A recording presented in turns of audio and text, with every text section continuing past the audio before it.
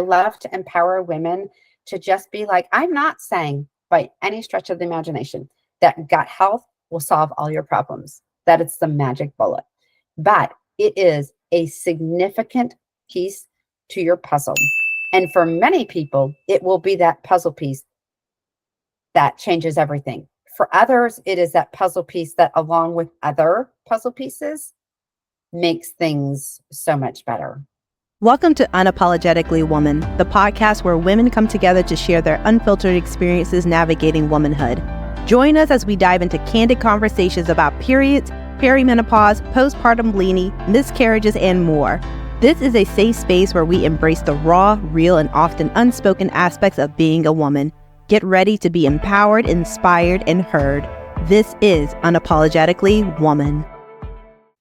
Welcome back, everybody, to Unapologetically Woman. Today, we are here with Deborah, who is a passionate entrepreneur, motivational speaker, podcast host, and holistic health coach. As founder of the 5 pillars of your overall well-being coaching community, she leads both small group coaching and hosts transformational women's retreats. She has a unique style and approach that not only inspires her clients to create a future abundant with hope and health, but she also empowers them to create a strong financial legacy for their family.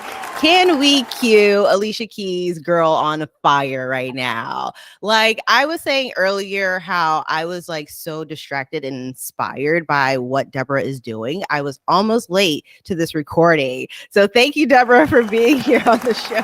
Oh, you're welcome. And Girl on Fire, that is like one of my favorite songs. I have that in my saved list. I cue it up all the time. I love it. It's on my empowered list. Yes.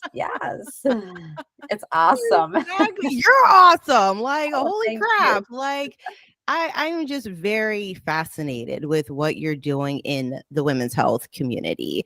And I'm very excited for you to share your story. Well, thank you. So, yes. So, Ms. Deborah, you guys, we're talking about, oh man, this story, we're going over different society views because the times, different approaches when it comes to women's health and just the stigma around women's health and the treatment of women's health. And it wasn't that far long ago, you guys, and her story, I feel, just encompasses like this beautiful journey. And we're going to start with the not so beautiful part of the journey with Deborah. We were talking earlier and she was saying how she suffers mainly when she did have her period from heavy bleeding. And there was a tipping point. And Deborah, I would love for you to take us to that tipping point. I already know this is when you were 19. It's 1989. What is going on that just triggers this point where it's like, this isn't right? Yeah. So thank you. I am super excited to share because I feel like so many times as women, like talking about your period feels just awkward, right? I mean, especially when you're younger. I mean, it's just like, it's that hush hush like thing that you just don't talk about. And so you feel uncomfortable talking about it with your mom. I mean, even though like my mom was incredible, but still you just feel like, I don't know, like, how do I describe this to people? But I distinctly remember a day when I was 19 years old. I was dating my husband, who was at the time my boyfriend. And so like we were in college and we had been in our classes and we each went to our, respective homes. And I was like, okay, like we had plans for dinner and a movie later. And I was like, okay, like I'll go home, change, and then, we'll meet back up. And I went home and I just had this intense pain. And when I tell you, like I was on the bathroom floor, curled up in a ball, just crying. And it felt, and this is going to seem extremely graphic, but I'm going to describe it because I think that women need to understand that it's okay to talk about things. It literally felt like somebody was taking a pole, like a wooden broomstick, and shoving it up my butt. And just, it was like that intense, sharp pain. And I mean, I was curled up, just crying and like 2 hours passed and I'm still laying on the bathroom floor. And I'm like, there is no way I can go out to dinner and a movie. And I called my, husband, boyfriend at the time. And I was like, I physically can't even get up off the bathroom floor. I could not move. And so he came over and he literally carried me to the car. We went to the emergency room. We had called my parents. And so my parents met me there. And what I remember more than anything is because you're not bleeding out, so you look fine on the outside, other than like you're curled up in this ball and you're crying and you're screaming in pain. I waited almost 6 hours to be seen. And the whole time I'm in the emergency room, I just thought I might be dying. And now, mind you, I have an extremely high tolerance for pain. I had several children without any sort of, whatever, epidural and stuff. So my tolerance for pain is extremely high. So this was intense. And it turned out to be ruptured cysts. And their only solution at the time was to put me on the pill. Okay, I was 19 years old. I did not really want to be on the pill. The pill, unfortunately, has a lot of side effects that can cause detrimental health issues when used long term. And it didn't really fix the problem. It fixed the symptom, but not the problem. And I remember I had it happen a couple more times, but then when it would happen again, I knew, like, as soon as I started getting that sensation, which is kind of why I wanted to describe it now, it might feel like something else to other people, but to me, that's what it felt like. And in fact, I was talking to somebody recently and they were having ovarian cyst problems as well. And they kind of described it almost in that side of term, but they didn't want to use those words until I said it. And they're like, yeah, that's kind of what it felt like. I'm like, I know, it is horrific. But so that's just kind of what I went through. And the only solution they gave me was, here's a pill. And it didn't really fix the problem. Wow. So you're waiting there for 6 hours, know the feeling, and they finally get you to the back and understand you have ovarian cyst. I mean, did they give you any type of education about ovarian cyst? No. So it took a long time. Actually, the first thing they asked me is, are you pregnant? Like, and as a 19-year-old girl, like, you're sitting there and like your parents are there, your boyfriend's there, and like, well, no, like, I can't be pregnant. And they're like, well, are you sure you're not pregnant? I'm like, I can assure you there is no way that I am pregnant. But so that's the first thing, so they kind of make you almost feel like scared and, yeah, I don't want to say ashamed, because like I knew I wasn't sexually active, so I couldn't be pregnant, but still they're questioning it, which I get, because a lot of people, unfortunately, like, that could be one of the reasons, and they could have some sort of like, pregnancy in the tubes or something. But it took them a while to figure out that it was cysts. But no, literally, so in the emergency room, it was basically, you have these ovarian cysts, they've ruptured. Now, my mother had some cyst rupture. She actually almost bled out. She did have to have an emergency hysterectomy. So that was one of the reasons why I did take, eventually, like, it was my OBGYN as a follow-up that told me just to take the pill. And so I did kind of do that, because I remember the night that my mother almost bled out, like in her bedroom when she had it. So I knew that it was something that kind of happened in my family, but still there was no real education other than, well, you know what? A lot of women get these. It's not that uncommon. We don't really know how to stop them, but the pill definitely seems to help. And that was pretty much it. Now, I don't really blame, as I told you earlier, like, the things that I've learned in my life over the years, I don't really blame the doctors, because the doctors are not trained in nutrition and things that we can do to help. They're trained in pharmaceuticals. So, yeah, I don't place any blame. It's just I would love to try to help educate people on other ways. Yes. And that's how you empower other people, is to show them like, hey, all you got to do is just eat that watermelon, like a few days a week, and you're good, man.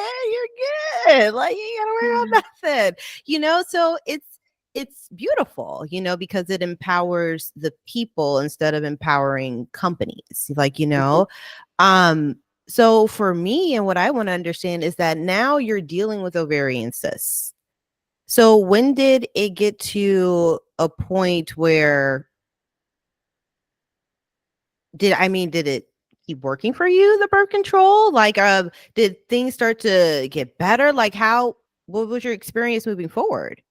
So I wanted to have children. Eventually I got married to my boyfriend, now husband, and so we wanted to have children, and so clearly you can't be on birth control with children.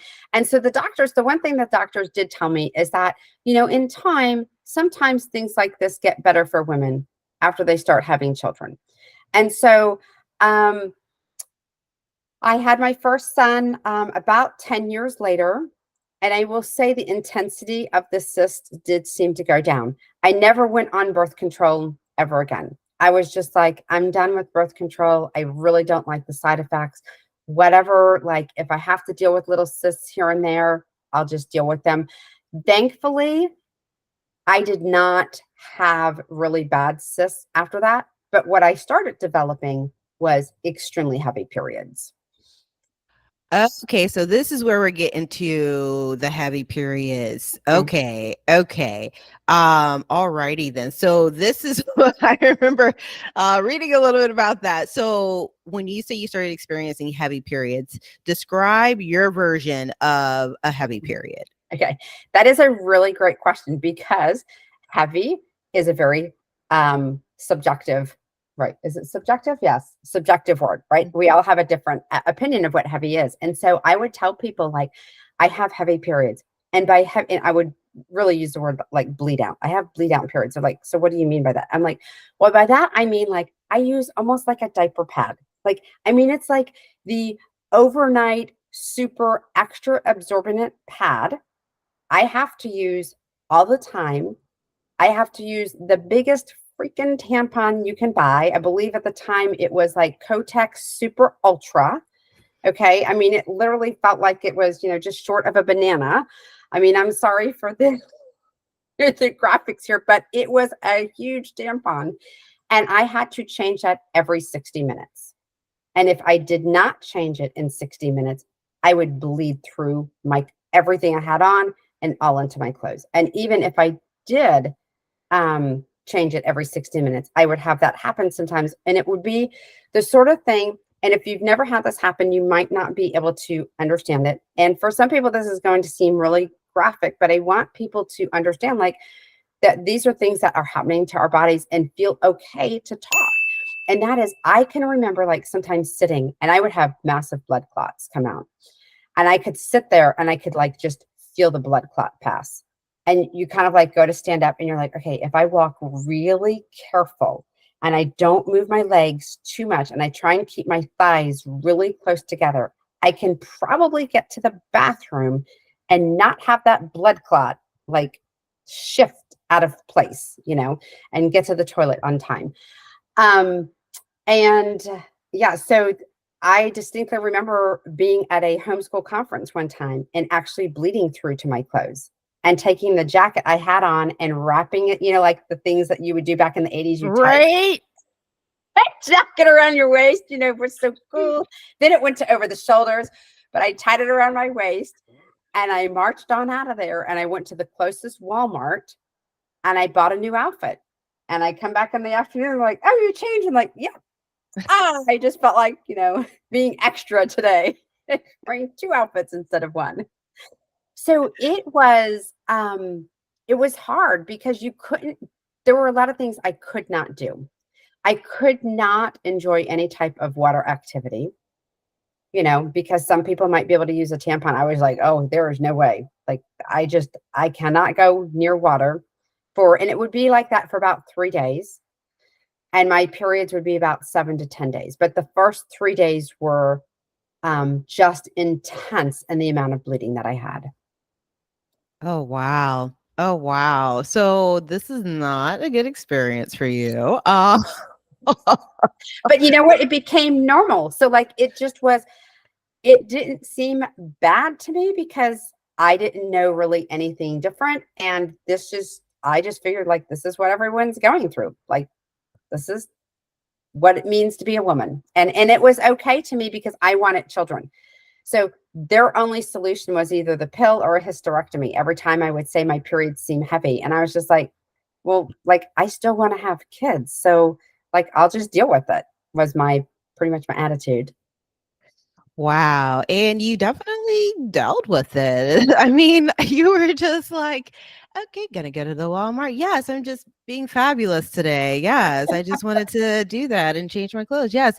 Like, and that speaks a lot about you, because other people could have panicked, and just been like, oh my gosh, like, and just ran out in embarrassment or something, but you were just like, oh, okay. Like, Yeah. this is happening. This is what it is. I'm going to go with the flow. Like, whatever Yeah, flow is happening. exactly.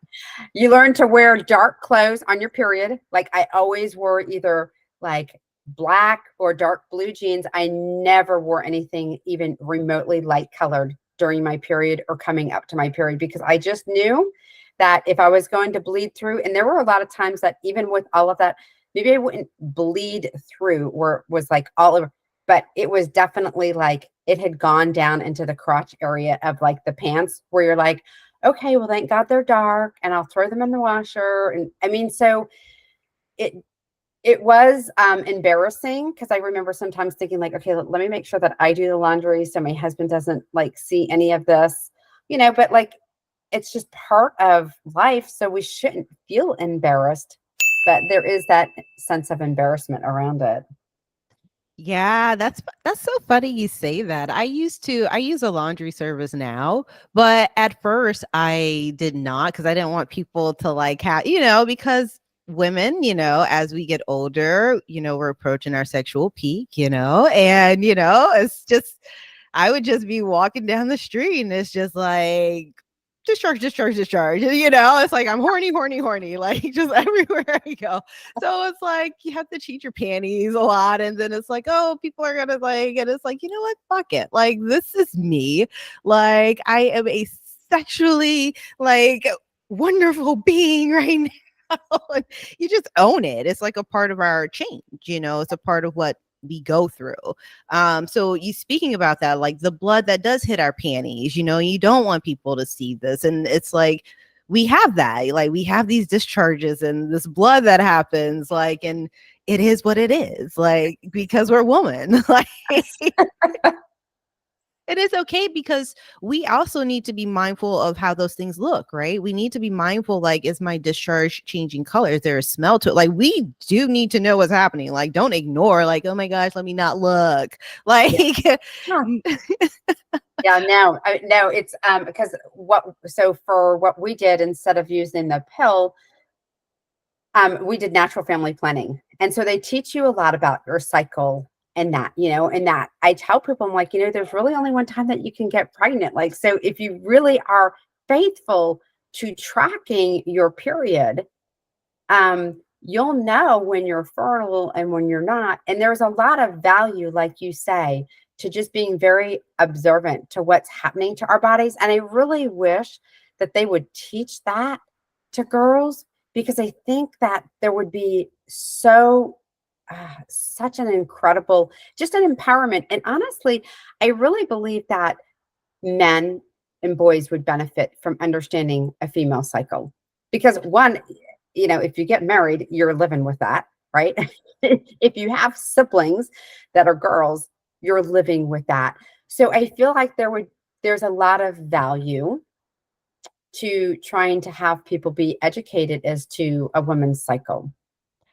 absolutely agree. Absolutely agree. They should know exactly what's happening, why it's happening, because right now they make a mockery. Hmm. It's a mockery and we're seen as weak, when it comes to this. And it's like, no, this is actually our greatest strength. It's our superpower. Like, when you understand it, and it's like they should understand it too, because it would be more of we could live more in harmony with Yeah, each other. It's like, okay, I'm aware of your health. right. be aware of mine, know and understand it's different. Like know and understand, no, I'm not going to get up every single day at 5 a.m. and know that when I don't feel like doing that, it's okay because I'm probably going into a different phase of my cycle. And no, I don't have to be hard on myself. Right. It's okay. Like, no, don't do weightlifting right now. Do some Pilates. That's better for you right now during the. So it actually affects all aspects of our life as a woman. It, Yeah. like think about how many women lash out at men, because of Right. their cramps, but if they like, I'm not gonna lie, like I would like get so snippy with my Yeah. dad, like even though he would be like, oh, can I get something? Like, no, like just Yeah. like back up right now. Like, but if you understood what Yeah. was really happening, like you don't get offense. Like he never took it as offense. He was like, this Yeah. is it. Like, I think a lot of men would be like very much more understanding. Like, but they're kind of in the dark. They're in the dark, one, because like from our perspective, maybe we don't feel comfortable sharing because even like growing up, I mean, like I said, even if you talked about it with your mom or something, it was not something that people would just like come down, whatever, the coffee shop or, go grab whatever, a lunch with your friends and chat about. But I really do believe that, and so sometimes they may not teach boys, I don't know, whatever. I mean, I remember back in sex ed, the girls went to this room, the boys went to this room. You learned about your body, you learned about your body. You never learned about the other person's body, even though later in life you're living with each other very much. And so wouldn't we all benefit from understanding the other person a little bit better and finding ways to have those types of conversations? So yeah, I think, that would be something I would love to see change, even if it has to happen within the families. Yes, absolutely agree. And when it's so funny when you say that, I was very vocal when my cycle was on when I was younger, to the Mhm, point where I was like very big on biology. mhm. So whenever, my dad would be like, hey, are you okay? I'm just like, my uterus is shedding its lining, like it's shedding his lining. I would just say, like, this is what's happening right now. He'd be like, Yeah, okay. Like he yeah, was like, nothing, like I'm like, this is what's happening. Like my uterus is actually doing something in my body right now. mhm, Like and that's how I would kind of just be like, like leave me alone kind of thing. yeah, Um, but yeah, it is something that needs to change. I feel like that's brought up a lot now about sex education needing to change mhm. in the way that they are presented in schools. It's just it's not enough. And you still see that shame in young girls when it comes to someone like me who goes in to talk to them about their period. Like it's like, dude, I'm talking to you, like it's like they look at each other like with Right, deer in headlights because they're not used to the conversation. right. And it's like you need to get used to this. Like you need to be getting used Mhm. to this because your health matters. Yes. And you can't silence your health. Like, we have to roar. God damn it, roar. Right? You know? And actually, speaking of roaring, you became empowered Mhm. to a point when you started, okay, you're already like going with the flow with the heaviness here. And then it got to a point where it's like, okay, this is not normal, right? So what we're going to do is we're going to go on a quick commercial break, you guys. And when we come back, we are going to go into the part where Deborah becomes empowered with her health and how through that she started changing her life. So stay tuned. Hey there, fabulous people. If you're loving what you see, don't just watch, be part of the journey. Hit that like button to show some love and subscribe so you never miss out on what's coming next. Go ahead, click that bell icon too, because trust me, you don't want to miss what's next. Let's grow this community together.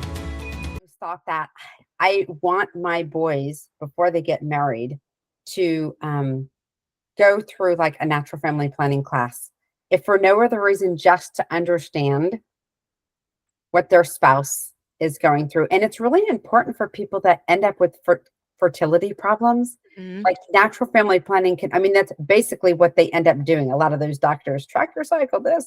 And I'm like, man, if you could have been doing that from like, as soon as you got your period, you Yeah. would have a huge history that you could bring into your doctors. Yeah.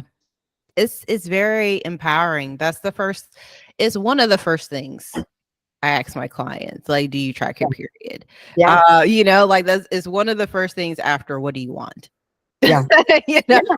because oftentimes, they don't really know what they want. Like Mhm. when they are actually confronted with that question, Yes. and then it's like, well, you know what? It just starts with you going within, and Yeah. going within starts with you tracking that cycle, Yeah. understanding your energy levels, your cravings, like, Mhm. and just it's crazy, like, because when you understand, hey, I start to feel down, about a few days before, the first day of my cycle. Okay. So I'm not going to schedule any meetings or do any Right. production meetings around that time. Those are the 3 days I'm just going to use to do, like, maybe clean up the files on my computer, Right. like clean out my emails, organize, because I'm preparing for this beautiful ritual that's about to happen with my body. It's like it's about to be binge on Scandal and ice cream time, like, and you make it your own, Yep. like maybe you make an herbal bath, but you make it your own because you're like, it's okay because the next day I'm gonna be on fire. Like, and you just know your body, your energy starts to go right back up, and then you're Right. like, oh, okay, like your exercise routine starts to change now. Like, oh, okay, I can lift this car. Like, it plays such a big aspect, and it's so simple. Just Yes. Yeah. it's so ancient. Yeah. And I used to use the moon as my timer for when my cycle was going to come on, because it would Okay. always come on the full moon. It was just like clockwork. And Oh, I wow. was just Okay. like, yeah. And I was just like, okay, all right, when's the full moon? Okay, got it. That means I ovulate around the new moon. Like, and it was just, I, I just used the moon. And then now it's different. Okay. Um, yeah, but it's still, I correlate it with the phase of like Yeah. what's happening with the moon. So it's just interesting. Like in the lunar calendar is 28 days, our cycle is 28 days. Yeah. I was just, so you just start to understand, like, even the calendar, 24 Yeah. hours in a day is not our day. It's Right. man's day. Yes. Yeah. So yeah, it's beautiful. So okay, we're gonna get right back into the story. We're gonna include just all that. Okay, Okay. welcome back, you guys. We've been talking for a minute. Hi. All right. So Deborah, let's talk about your empowering story. So you're going through the heavy periods, it's become your norm now. Yes. But now something has happened where you started to take charge of your health. And it wasn't the way that, most people would think, that you did it on purpose. Um, so I would love for you to tell that story. What age were you? What was the time? And what actually happened that triggered you into this wellness journey? Yes. Okay. So I'm going to, real quick before I get there, I'm going to back up just about probably 2 years before this. So I guess it was probably when I was about, I already had my fourth child. So I was somewhere in my 40s, early 40s. I distinctly remember a time going to the doctor and saying, I'm exhausted. I am so tired. Like, I literally have to drag my body out of bed. I feel like I'm falling asleep all the time. And he, ran some blood work. He's like, well, you're kind of anemic, your hemoglobin's low, and didn't have a whole lot. I went back again a couple months later. By then, my hemoglobin had dropped significantly. And he was like, I don't even know how you physically walked into this office. And I was like, well, because I got to function. I got 4 kids. I'm homeschooling. They were concerned with internal bleeding, that I was that low. Nobody asked me about my periods. And honestly, if they had asked me about my periods, I probably would have said, well, they're heavy, right? But um, they started doing an endoscopy, a colonoscopy. When neither of those found anything, they actually had me swallow. There's a digital camera, believe it or not, that you can swallow. I had never heard of such a thing. I was like, I don't know if I really want to do this, but okay. So I swallowed this digital camera. They still could not find anything. So literally they were just like, we don't know what to tell you. Like, there was no resolution whatsoever. And so you just kind of go on with life, right? And it was probably about 2 years later that my son and husband had a lot of GI issues. I had zero GI or gut issues, none whatsoever. But they had been having lots, and I had read about gut health for years and studied it. And we were taking really expensive probiotics. They were refrigerated. From all my research, they were the best out there, and they were managing their problems. But I would not say that it was really solving their problems. And I distinctly remember a night we were on vacation in Ohio. My son was curled up in a fetal position for over 4 hours, blood curdling, screaming at the top of his lungs while we're at this like campground church retreat. And I was like, you're kind of like sitting there like, shh, shh, please be quiet. Because like there's cabins like 20 feet around you. Like, shh, are you okay, honey? Like, I really do care about you, but could you please shut up? Because I'm worried about what people are going to think, right? Like, and finally I looked at my husband and I was like, I am taking him to the hospital. I was so sure his appendix had ruptured. And I was like, I am driving 2 hours to get to the nearest pediatric hospital because I don't want him to have surgery in a county hospital. Nothing against county hospitals, but I want it to be where they could handle children.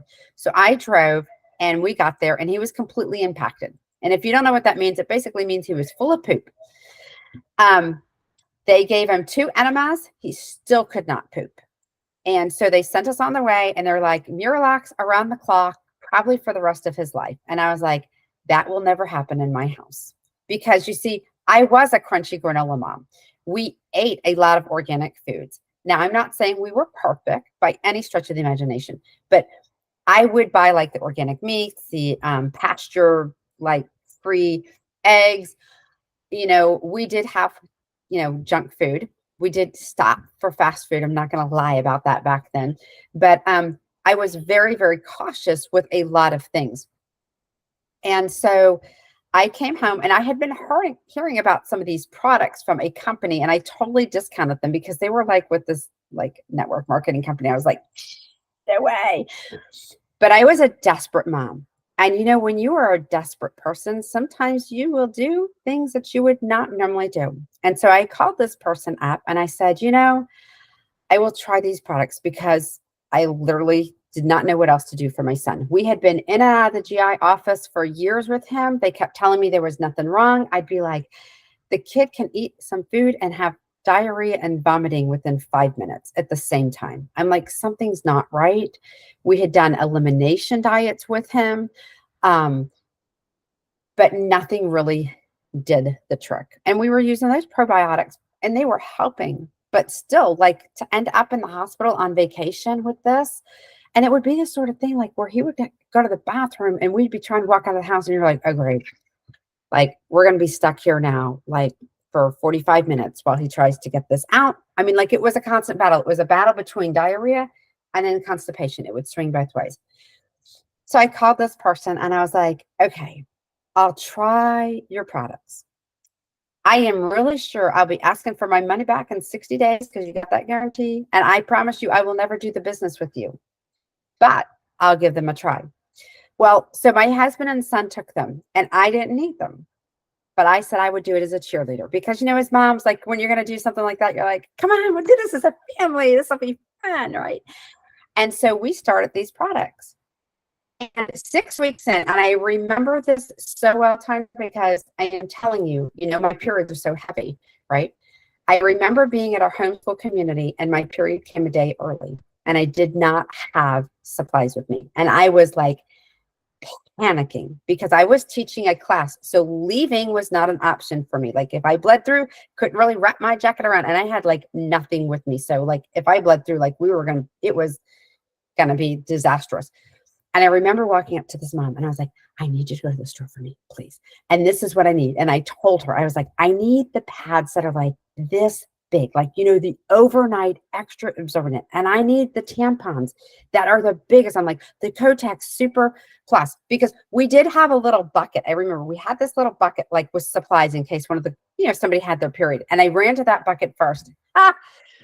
There was a tampon there. It was like a teenage tampon, right? Like, it's like thinner than a pencil. And I remember looking at it and I thought, okay, if I change it every 5 minutes, like I might be okay. It's like, I'm going to do that while I'm teaching a class. And so I send this mom out and she comes back and she didn't get what I asked. And I remember thinking like, I was trying to be so grateful, like, hey, thanks so much. And I was thinking like, how is this ever going to help me? Like, I told you what to get and you come back with this. And it was, so I put it on and I literally was like, dear God, please, please just help me. Like, just get me through this. It was 4.5 hours later, and I still had barely filled this pad and this tampon. And I remember thinking, how is that possible? For 10 years, I bleed out constant within 60 minutes, around the clock for 3 days solid, the same period every month for 10 years. How is it possible that it's like this? It was so drastic. You know, when you have something that is so drastic, like it is like, you're like, okay, something is really wrong. And I must have said something to this person because they happened to be part of the group. And I was like, yeah, I was like, I can't believe it. Like, cause she probably knew I like was panicking looking for supplies. And I was like, it is so weird. I'm like, I went like 4.5 hours and without having to change. And the stuff wasn't even as heavy, like absorbing it. And she's like, oh yeah. She's like, you'll probably notice that your periods will like get better. That happens all the time with people after they start these products because like they're people that have heavy periods, they get normal, and people that don't have periods at all, which is a problem for people, especially if you're trying to get pregnant. She's like, their periods normalize too. And I was like, ain't no way. I mean, like in my mind, I'm thinking, like that was a fluke. She's there talking all happy and excited. And I'm thinking, you don't know what you're talking about. Like this was a fluke. There is no way your silly little products that work on gut health could ever change this for me because I've been to lots of doctors. And so I literally was counting down the days to my next period to prove her wrong because I just knew she'd be wrong, right? There's no way. And do you know, the next month came and it was the same thing. A very light period for me. Now, for some people, I tell them, I'm like, you might still consider it heavy, you know, but for me, it was dramatically different. And it was the same month after month after month. And I was like, holy cow. If somebody had ever told me that addressing gut health, you know, with the right things would make this difference. And the funny thing was, is we were taking probiotics before, but there are differences in looking at your gut health.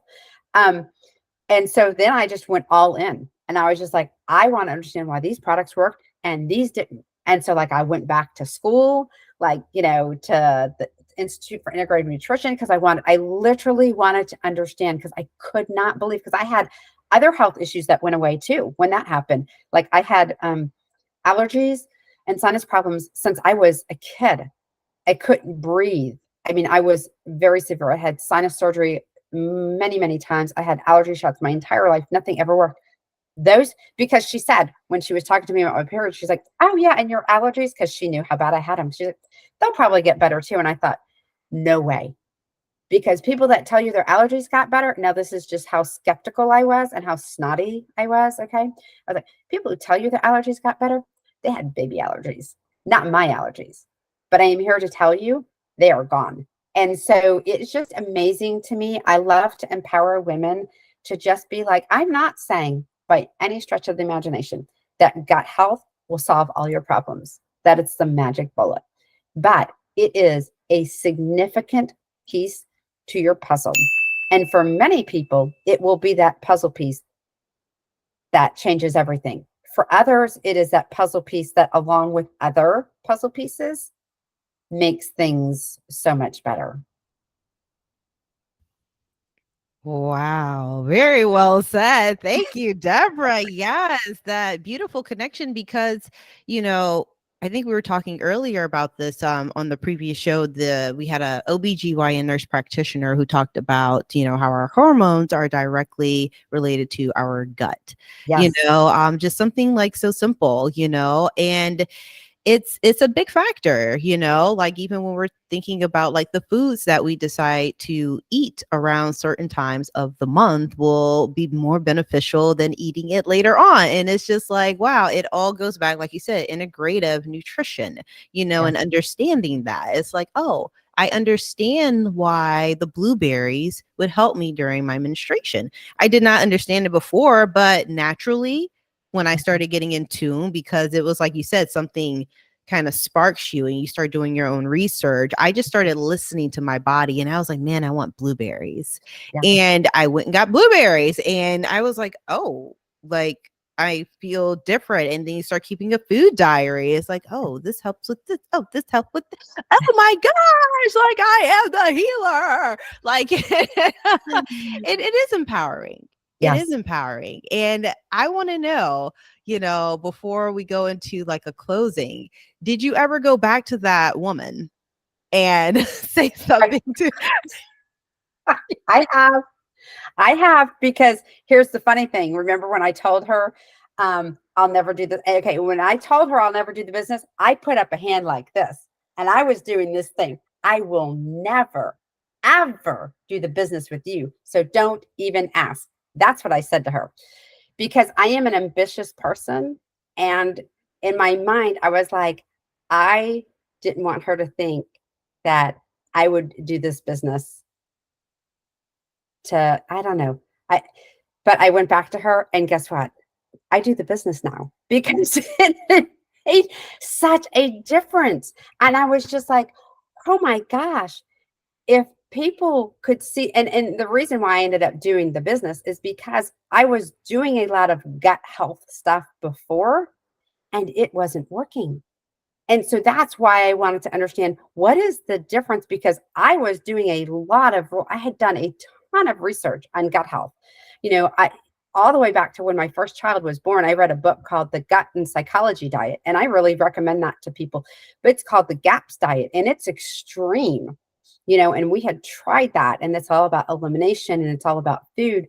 And we had tried like all these different probiotics and nothing seemed to work. So yeah, I did go back to her. It's a kind of funny story. I giggle over it all the time, but I love helping women now. And when they tell me, when they're that skeptical to me, I'm like, I understand your skepticism. And I can love you for that, because I was even worse than you.